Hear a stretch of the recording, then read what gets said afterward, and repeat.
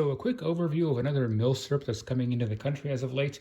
If you haven't been living under a rock, you're probably aware post-war P38s are coming into the country. They're being imported by Century Arms, but several retailers have been offering them. AIM Surplus, Center Fire Systems, the Mosin Crate, Atlantic Firearms, and I think you can get them direct from Century. Some of these have sold out, but they say they're getting more. Some of them are still available. They are all asking for kind of the mid 500s as far as their prices go, so it's pretty much a matter of which one you're kind of most comfortable with and which one happens to have them in stock at the time that you're looking. If you're so inclined to get one based on what you see here, and of course other reviews as well. I got mine from AIM Surplus, obviously.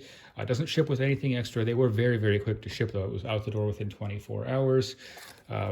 So pretty much just tags. That's pretty much it. Sticker ships with only one magazine. No holster, cleaning rod, or anything like that. The source on these pistols I'm not 100% clear on, because some retailers are saying that these are police surplus, some are saying they're military surplus. I'm more inclined to believe the former, but I'm not 100% sure. Anyways, let's kind of get into the condition aspect of this, kind of what these look like. Oh, and by the way, before the terminology police come in and say, oh, that's not a P38, that's a P1 because it's a post-war gun. Not necessarily. Hopefully this shows up reasonably well on camera. But as you can see, some of these post-war guns actually genuinely were designated P38s. We see the same thing indicated on the magazine as well.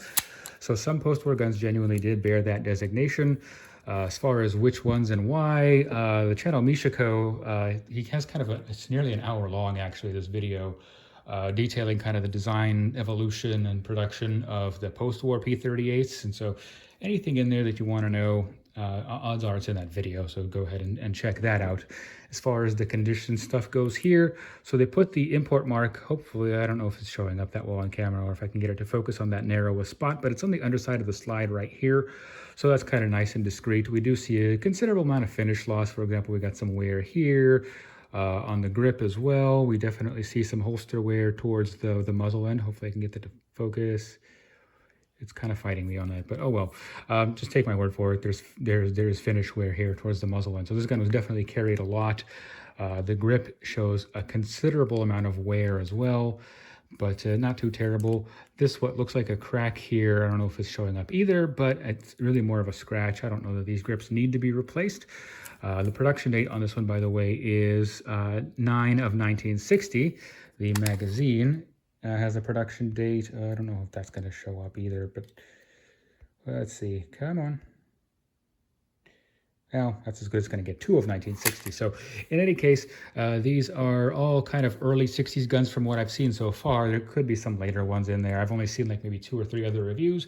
They all seem to be kind of this pattern without the reinforcing bolt and very early on. Can't guarantee that that's always going to be the case. So, you know, maybe you're rolling the dice.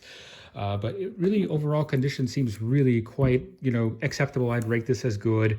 AIM didn't really grade them. They just said, look at the photos. It's approximately what you're going to get. So it's more or less fair. I'll show you the insides, by the way, as well. But yeah, no, it's a shooter grade pistol. These aren't super collectible because they are, after all, post-war guns. Maybe that P38 is worth a little more. I don't know, maybe not. But yeah, it's, you know, this is about what you can expect if you go ahead and order one of these up from whichever retailer you prefer. And then let's go ahead and look at the insides real quick. So as you can see, other than kind of some usual wear, a little bit of finish loss just from, you know, the action of the gun cycling and such, there's nothing concerning in here that I found, neither in the slide or the frame. It all looks pretty, you know, more or less functional to me. The bore looks pretty good. It's not all shot out, so you know, that was well taken care of. So I would say, yeah, I don't regret this purchase whatsoever. It definitely, I don't know how big this batch is going to end up being. It could be like the Carcanos where they're going to last for years and years, but I wouldn't really bet on that. I would say this is probably a smaller importation, so maybe a good idea to pick one up. I know $550 or so sounds like a lot of money, but you know, really, you know, I'm sure 15 years ago they would have been half as much, but that's just the way surplus goes, unfortunately. So yeah, that's really kind of it. Thank you for watching as always.